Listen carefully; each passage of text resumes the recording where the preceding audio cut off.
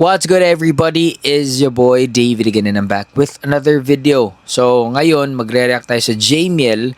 Isa ito sa mga performances nila sa ASAP na hindi ko napanood.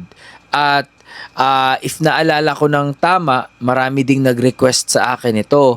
Yung JM and Mariel sing the official theme song of Saving Grace. Okay, sa ASAP to Di ko din alam na sila pala yung kakanta ng theme song ng Saving Grace. Teleserye ata to sa ABS-CBN, sa Kapamilya Channel. So, with no further ado, let's jump right into the video. Don't forget to subscribe if bago kayo dito. And also, you can follow me on my Facebook, on Instagram, and on TikTok for more videos. Okay?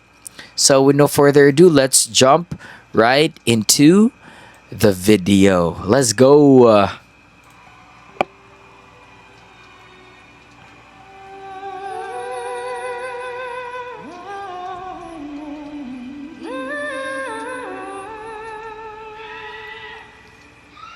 Bawat awit sana'y nababatid sa aking tinig, himig ng pag-ibig. Sa lalim nitong gabi tanglaw ka sa'kin. Ganda nung pasok ni JM dun. Diliman ng langit, Woo! kasama ko maging hanggang dulo. O hanggang dulo. What? Wait. Ang galing ng transition ng vocal placement ni JM from that octave higher, no? Yung andun siya sa parang ano dito tawag dito head tone, no? Or mix ba 'yun? Tas bumaba siya sa low register niya. Pakinggan natin ulit, men. Ang galing nun. Ito, Kasama ko maging hanggang dulo. ay di, ito 'yun. Magdiliman ng langit, kasama ko maging hanggang dulo. O hanggang dulo. Galing. Bawat pagsubok, di ka sumuko. Aking hanggang dulo, o hanggang dulo, nakakapitan dahil pag-ibig o lakas, kailan pa man Hanggang sa dulo, parang dalangin, dinidig ng langit, at kailan may hindi mag-iisa. Woo! Dahil narito kasama ka, paging hanggang dulo. What? Bawat pagsubok, Di ka sumuko, paging hanggang dulo. Hanggang dulo. Woo! kakapitan, Ang galing. pag-ibig mo'y wagas. Sing! Kailan pa man Woo! Grabe. Grabe yung vocal prowess itong dalawa.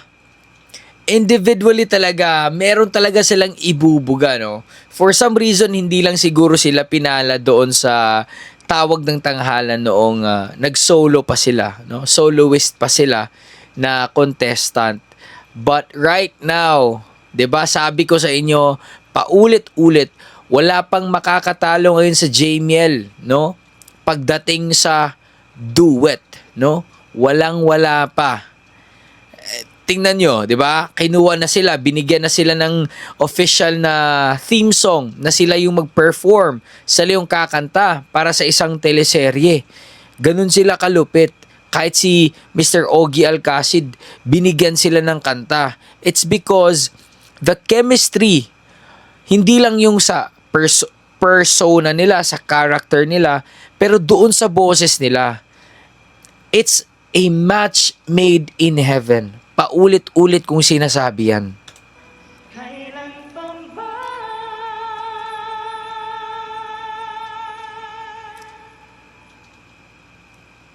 hanggang dulo? Woo! Lalabas ba yung mga ano dito? Cast? Ay, hindi pala. Oh, ayun. That was so clean, no? Ang linis ng pagkakanta.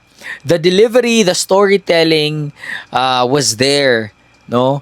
Both of them are great storytellers, no? Parehas din sila. They have their own soft tones, no? Meron silang voice control. Pero pag binigyan mo naman sila ng mga high notes, mga belt notes, kayang-kaya. Kaya sabi ko, 'di ba, last time yung yung kay Mariel na in-upload ko sa Facebook Reels ko. If hindi kayo nakapanood, punta kayo doon. May in-upload ako doon na clip ni Mariel na kumanta siya.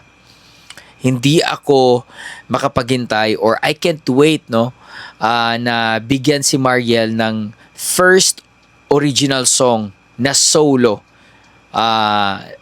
That goes as well for JM. Okay? So, I can't wait na silang dalawa. No, alam naman natin, yes, given na talaga na hindi pa sila nasa peak eh. I know that papunta pa lang sila sa peak nila ngayon as a duet, no? Alam naman natin, Jamiel right now is unbreakable, unkabogable. Oh, dapat Jamiel talaga sila ngayon. But in the near future, no, katulad ng ibang mga banda or yung mga tawag dito, yung mga boy band, girl group, ganun.